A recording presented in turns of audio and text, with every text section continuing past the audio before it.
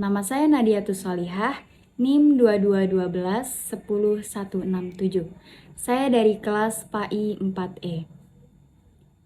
Video ini saya buat untuk memenuhi tugas mata kuliah pengembangan kurikulum yang diampu oleh dosen Ibu Dr. Helna Nelis MPD.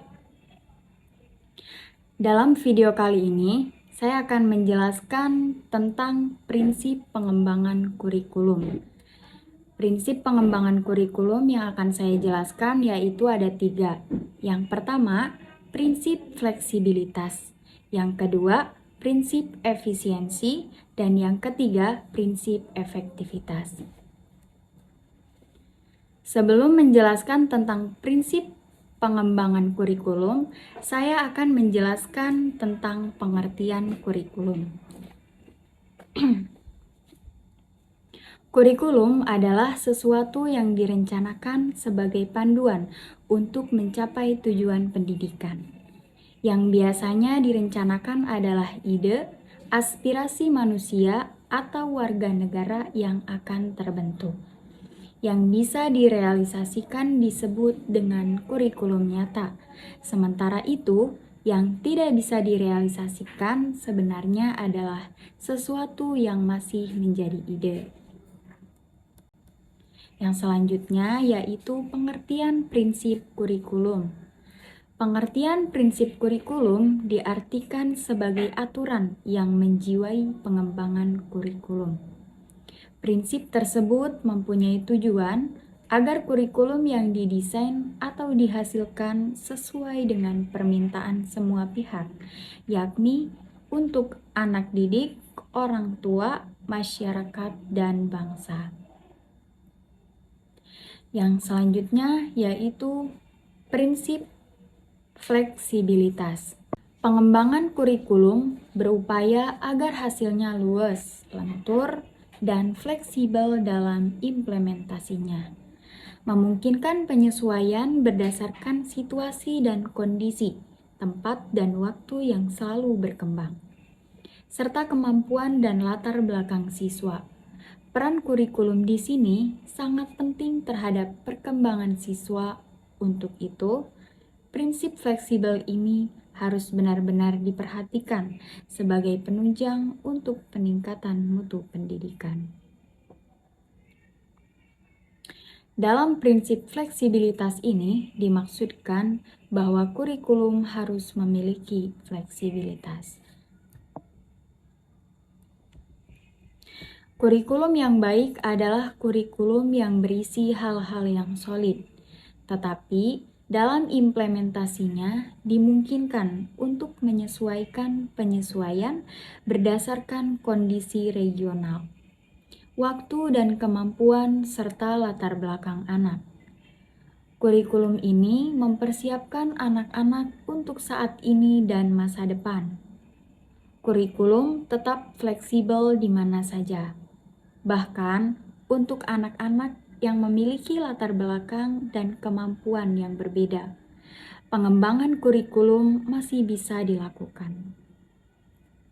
Kurikulum harus menyediakan ruang untuk memberikan kebebasan bagi pendidik untuk mengembangkan program pembelajaran. Pendidik dalam hal ini memiliki kewenangan dalam mengembangkan kurikulum yang sesuai dengan minat, kebutuhan siswa, dan kebutuhan bidang lingkungan mereka. Kemudian, kurikulum harus dikembangkan secara lentur, tidak kaku, baik dalam dimensi proses maupun dimensi hasil yang diharapkan. Dalam dimensi proses, guru harus fleksibel mengembangkan program pembelajaran, terutama penggunaan strategi, pendekatan, metode, media pembelajaran, sumber belajar, dan teknik penilaian. Peserta didik juga fleksibel memilih program pendidikan. Di dalam kurikulum terdapat suatu sistem tertentu yang mampu memberikan alternatif dalam penguasaan kompetensi melalui berbagai metode atau cara-cara tertentu yang sesuai dengan situasi dan kondisi tertentu. Tempat kurikulum itu diterapkan. Begitu juga hasil yang diharapkan. Tidak hanya untuk satu jenis pekerjaan tertentu saja, tetapi bisa juga untuk pekerjaan yang lain.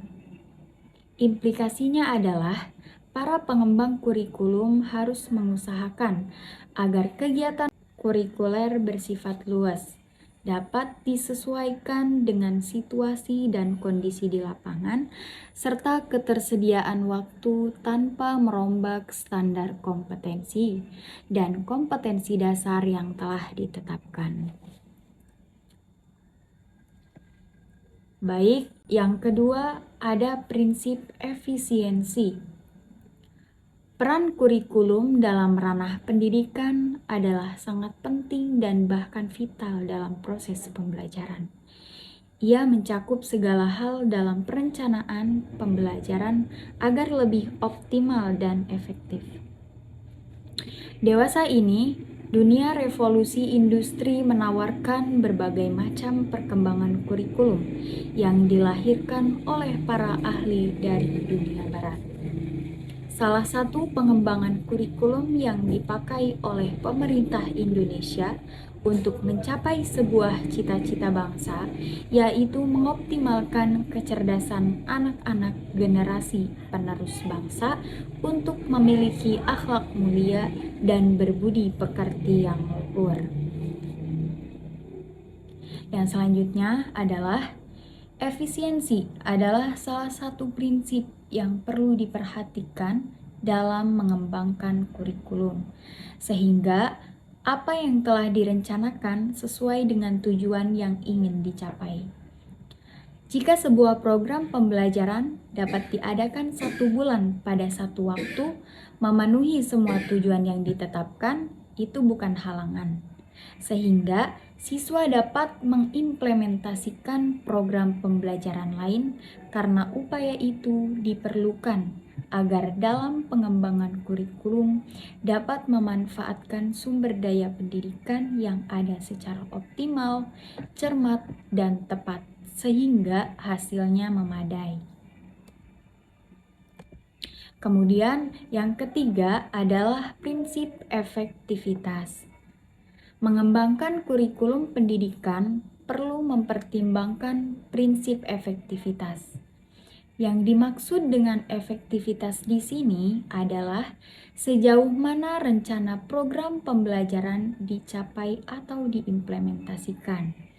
Dalam prinsip ini, ada 2 aspek yang perlu diperhatikan. Yang pertama, yaitu proses. Dimensi proses mengacu pada keefektifan proses pembelajaran sebagai real kurikulum, atau keefektifan guru mengajar dan keefektifan peserta didik belajar. Dalam aspek mengajar guru, jika masih kurang efektif dalam mengajar bahan ajar atau program, maka itu menjadi bahan dalam mengembangkan kurikulum di masa depan, yaitu dengan mengadakan pelatihan, workshop, atau yang lainnya. Sedangkan pada aspek efektivitas belajar siswa, perlu dikembangkan kurikulum yang terkait dengan metodologi pembelajaran, sehingga apa yang sudah direncanakan dapat tercapai dengan metode yang relevan dengan materi atau materi pembelajaran. Kemudian yang kedua, ada dimensi produk. Mengacu pada hasil yang ingin dicapai.